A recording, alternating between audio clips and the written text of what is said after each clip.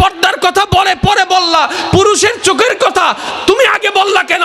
রব্বে কারীম বলে পুরুষ যদি নিজের চোখকে কন্ট্রোল করতে পারে আমি রবের ভয় দিয়ে, এই পৃথিবীতে দর্শন নামের কোনো শব্দ আর থাকবে না, জেনা নামের শব্দই উঠে যাবে। এবার আপনারা বলেন, বেশিরভাগ ক্ষেত্রে অন্যায় কাজ যেগুলো আমরা নোংরা কাজ বলি আর কি, মেয়েরা বেশি আগায় নাকি ছেলেরা আগায়? না আপনারা বলেন, আমি শুনতে চাই। কে পিছনে পিছনে কে দৌড়ায়? আরো জোরে। রোদে শুকায় বৃষ্টিতে ভিজে কে? কলেজে দৌড়ায় কে? রিক্সার পিছনে কে?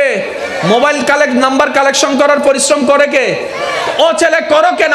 কই এখানে লাগছে তো, এখানে লাগছে তো, এখানে লাগলা কেমনে? কই দেখলাম যে, তো দেখাটাকে যদি কন্ট্রোল করে ফেলা যেত,